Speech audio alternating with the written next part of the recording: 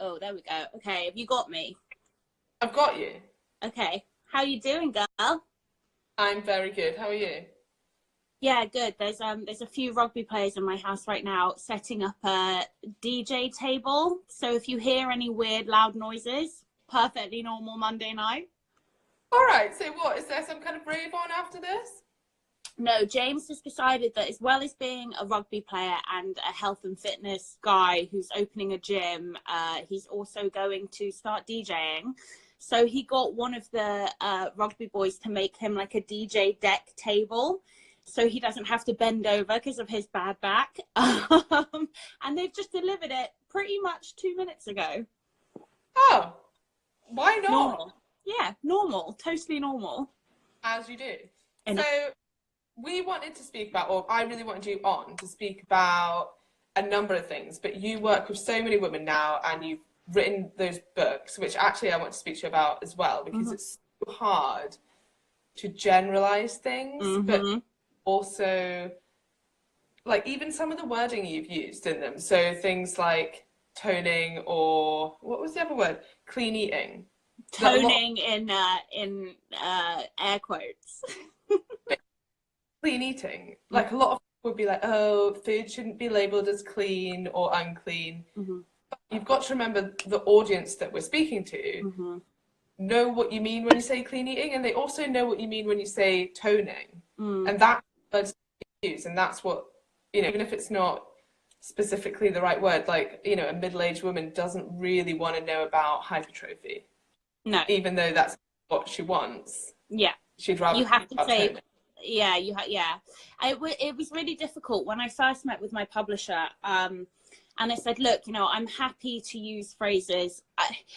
I basically said I'm not going to say something like get abs in 4 weeks, because we all know it totally depends on your starting off point. You know, if you start as a kind of curvy size 10, 8, you probably will get there. But if you're starting as like a bigger size 18, 20, in 4 weeks, you can have amazing body transformation, and in some cases even better, because there's so much more to lose and it can happen so much quicker.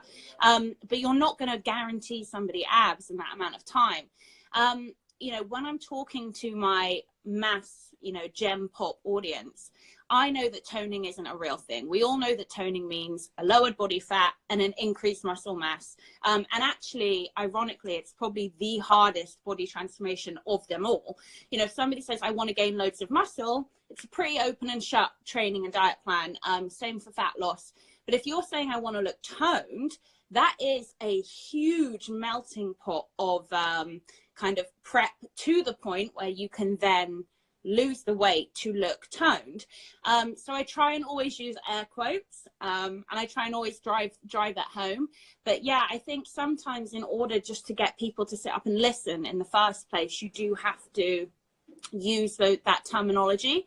Although with clean eating, I'm not conflicted about that at all. You know, I think clean eating, it's very obvious what we mean when we say it. We mean healthy single ingredient foods, which, you know, as you know, I'm a huge fan of yours, you know, and you always talk about, yes, of course, calories are important, but how you make up those calories, the nutrition within that, is really important to your body transformation. You know, you're talking, you know, the amino acid profile that you need to make up through protein, things like fibrous vegetables, your micronutrients, magnesium, they all play a really big role. So if you tell somebody to, go into a calorie deficit to get the results they need, you also need to back that up with, and you need the right nutrition. And I think clean eating, healthy eating is, I actually think it is really good terminology, and it's just been bastardized by the mainstream media. Yeah, because you literally cannot say anything now without someone either being offended by it, or, you know, saying that you're labeling foods in a certain way, or, you know, when you're trying to speak to so many people or give out good information, I don't know, like even so today or a couple of days ago, Pure Gym put up a post I'd put out, and it was about, you know, the sort of myth behind if you eat too little, you can't lose weight and your body will store calories. Starvation mode. Yeah, obviously you can store calories which you haven't consumed. Like there's no sort of two ways about it, and that's all this video said.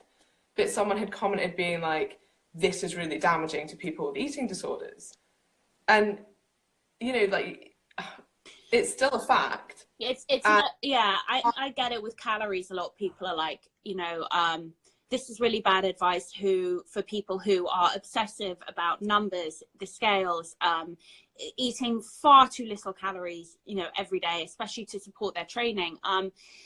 But the fact of the matter is, science is science. You are not going to lose body fat if you are not in a calorie deficit. Now, that's very subjective, and it totally depends who you are, how you train, your height, your age, your everything. But, it's a really hard tightrope that I feel like I'm constantly walking, where I'm trying really hard to tell people to be healthy, but also trying to explain to people that this is a scientific formula. It's a scientific equation, and you can't get away from that. And it's all about numbers, as an equation is. But yeah, I even had today, I posted a transformation picture of the last 8 weeks of my diet. And I'm nowhere near where I hope to be at the end yet. But I referred to my start point as a curvy size 10, and a woman wrote under it, you really have to stop referring to your size 10 figure as curvy. And I just was like, no, I don't. No, I really don't. You can see in the photo, look at the photo, I'm a curvy size 10. Like, there's nothing wrong with that. I think a lot of people get offended because they're having their own internal struggles, and they maybe need to stop projecting it outward. Quote you said, and I can't actually remember it now, but you'll remember it. But it was about, I think someone had said that you're creating an unrealistic image for women. Yeah. And I can't remember what you said back to it, but it was so spot on. It was like, I'm not saying this is how you should look. I'm saying this is how I look. This is what I do. Yeah. I don't understand why, like, if I wasn't interested in nail art, then I wouldn't follow somebody who was a nail technician, whose whole page was obsessed about nail art, and then comment under it, you're obsessed with nail art. It's like, but you followed her. And I get that a lot. People are like, oh my God, you're obsessed with your body. And I'm like, I work in the fucking body. Of course I'm obsessed with my body. Yeah. I wouldn't be good at my job if I wasn't. Like, don't follow me. But this is the thing about social media, is that I think I've built a business on it, and I've built a brand on it, and I'm a huge, huge fan of it. But there's this weird kind of overlap of people who are really angry about certain pages or passions, who then follow said page or passion and are genuinely confused as to the content. And it's like, but it's all contextual. Like, this is what I do. Don't be offended by it. Just don't follow it, But I guess you've dealt with that for quite a long time now. Is it just a case of like having a bit of a thick skin as well, that, I sort of accept that if you're going to put up a picture of yourself on the internet, you have to accept that people are going to either like it or not like it. And people are probably going to give their opinions, even though they're completely irrelevant. And Yeah, I think before, when I was just known as being kind of Richard and Judy's daughter, I really took all the flack to heart, because I didn't really have anything to defend myself with. It was a fact, and I had this platform because I was born into their family, and it was really difficult for me, and I went through a really hard time. But now that I feel like I found my passion, my career, my kind of purpose for right now, it rolls right off my back, because I feel very self-assured that I'm doing a good job, and I'm trying really, really fucking hard with every step of the way to be honest and transparent. And I think there's too much crap on social media. Everybody knows, it's a show reel of your best life moments, and I try really, really hard to keep it real and keep it honest. I don't want to buy into that. I want to explain to people, like, I love what I do, but when I get into that, like, shredded abs, vein shape, it's really, really hard, and I love it, but it's really hard. And I think weirdly that now it's almost like you either bash it and you're like, oh, it's too hard, how dare they do that to their body, or you pretend like for you it's super easy. It's just a cop out. It's like, life isn't all black and white. It's not good and bad. There's context, and it's grey. And yeah, I think social media, unfortunately, doesn't reflect the grey areas enough. Yeah, I mean, it is hard to get it across, and you'll probably follow people that prep for bodybuilding shows and things as well. And I think sometimes they go too far the other way, where they're like, you know, I'm grinding so hard, this is the hardest thing I've ever been through and stuff like that. And sometimes I'm like, hold on a second, like you're choosing, you know, it's like first world problems. Yeah. You are choosing to diet down to a certain body fat percentage. Yeah. That's fine, that's your choice, but then don't complain about it. Totally. Totally. What I feel about, I don't know how hard it actually is to get into that shape. Yeah. And we sort of spoke before about celebrities that make out like, oh, it's so easy and I just, you know, take this shake every day and then just live a normal life really, and I just maintain this shape. So happy. Here I am smiling again because I train and I'm like, fuck off. Like, it's not like that. And we're almost so stupid, or like the public, I guess, like, and I'll include myself in that, like, is so stupid by advertising campaigns that, you know, and I've been in a similar position. Like, I got sponsored by a supplement company because I was in good shape. Yeah. And then I'm trying to say, oh, because I take these supplements, I'm in good shape. Nobody gets sponsored or nobody gets a contract because they're not in good shape. You know, you're already there. Then the company, oh, I want to jump on that. It's not how. Yeah. It's a very good point, and I think you will know as well. You do always walk a very fine line between your morals, your ethics, your education, your experience, and also trying to make a career out of what you're doing. And part of the latter is to make money from your job. And I've turned down, I mean, it must be in the hundreds now, of endorsement deals worth a lot of money, because I'm not going to fucking pretend that a shake is the reason why I'm in shape, nor am I going to endorse meal replacement shakes unless somebody is, you know, quite, you know, at the very, very top end of the scale where they're suffering from obesity and they need to drop weight and they need to come down. They're really, in my opinion, and everybody's different and we all have different approaches to this, but in my opinion, there really isn't a need for a meal replacement shake unless you're on the go and it's like, fuck, what am I going to eat? What am I going to do? Fine. But I'm not going to endorse it as a weight loss product ever. And I've lost a lot of money, but my morals and my ethics, I draw a line. I say no. Now, where that will shift is if I see something that I know is really going to help me. So like Lodo, for example, it's like a bread wrap, but it's not bread. It's like egg whites and fiber and all this stuff to make a bread, counterfeit bread. And it's really helped me sometimes. You know, I carb cycle a lot as I get towards the end of a photo shoot prep, and it really helps me like make my little homemade pizza while Muggins over there is ordering Domino's. So that's when I'll be like, okay, I'll endorse your product. But funnily enough, the ones that I really like, more often than not, don't pay me in anything other than free product, which I'll take. But yeah, you have to be very careful with how you make your money and how honest you are. It's very short-lived as well, you know, like I could have made a fair amount of money selling some, you know, Herbalife or something like that, and maybe I would have got a BMW for a little while, but you know, your integrity takes literally years to build, and it can go like that. Your trustworthiness, and you can't go back. No, if you're not trustworthy, although I say this, in my head, in my logic, if you're not trustworthy, you don't have an audience, or you have a very short-lived career. But I'm not going to lie, I'm looking at a lot of girls who aren't trustworthy, who aren't qualified, who've never had a client in their life, be very successful and make a lot of money with this audience. And everybody knows that they're just hashtagging ad on everything. So then I think like, oh, maybe we're wrong. And it's depressing. Like, do you know what's really depressing is that my half naked selfies will get like 5,000 likes. If I put up like an educational post about protein, it'll get like 200. And I get it. You have to play the game. I don't want to be all like, I don't know, weird and preachy about it. You do have to play the game, but it is really depressing. Yeah, that is like the bane of my life. Like, I will spend ages researching a topic and picking out something really interesting. Mm-hmm.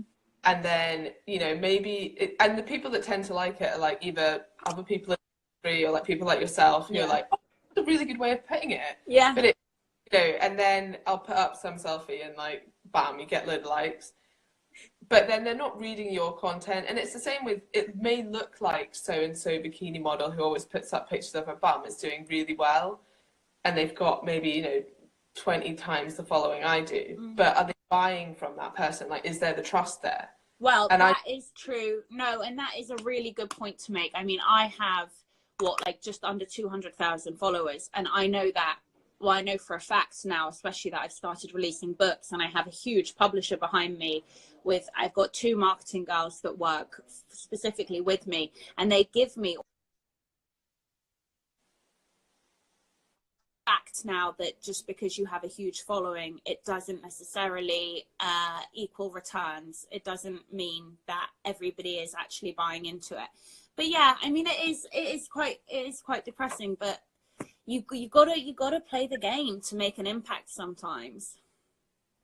yeah, definitely. So one thing I want to touch is, so we've talked about how numbers matter. Oh wait, hang on. I can't hear you properly. Let me see if I can. Can you hear me keep now? talking. Go again. Can you hear me now? Kind of. It's gone a bit weird.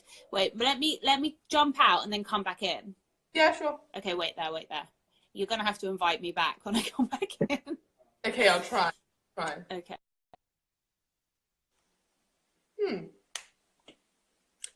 Well, this is interesting. Oh, someone else has requested to go live. Sorry, mate, not tonight. Although, if you do want to, shoot me a message. More than happy. She's back. How's that? With Now you? Now okay. I can hear you. Yeah, perfect. Okay, yeah, go. Okay, so meal plans. When you first get a client, obviously we know it's a numbers game and we want people to be as flexible as possible, include variety, as we've already said, sort of this clean eating, getting in nutrient-dense foods. But most people want a meal plan to start with. Now, how do you sort of balance that with education, teaching them about calorie balance and more flexible approaches to dieting? You know, anybody who is a professional who has clients and has been doing this for a certain amount of time will know. I think we all started out on a meal plan, and I certainly, as a PT, started out by giving my clients meal plans. And then I've been doing it for 6.5 years now. So I obviously graduated quite quickly onto tracking calories, macros, MyFitnessPal. Now, for me, I'm a huge believer in that form of dieting, because you learn a lot about food, you learn a lot about nutrition, and you learn a lot about where you personally kind of have to get in order to see results, either side of the spectrum. But, you know, I tried for a long period of time to push this on all of my clients and all of my followers, and I was met with vast majority resistance to it. People, and fair enough. I mean, people do not want to weigh out and track their calories and macros every day. And you know, when you start, it's like a second job. It's like maddening, and you have to get to a point where you are so good at it that you can stop doing it and still get the same results. But people just don't want to fucking do it. And so you have to then say, okay, we're going to do a meal plan. And it's really hard, but the fact that I track has really helped me understand how much protein people should be having in every meal to hit their protein goal throughout the day, men or women, generically speaking. And the same with carbs and the same with fats. And you do get good at it, but it is really hard to write out like a generic fat loss plan for Joe Public, because it's so subjective. I mean, one person could quite easily be training hard and probably losing weight on, 1900 calories a day. That ain't me, and that isn't the majority of women, but there are a lot of people out there like that. So I basically tried really hard to pick a good number that I know in my 6 years of experience gets 99.9% of people great results without pushing them so far that it's like, you don't want to fuck their metabolism up no end, especially if they don't know what they're doing, they don't know how to then come out of that.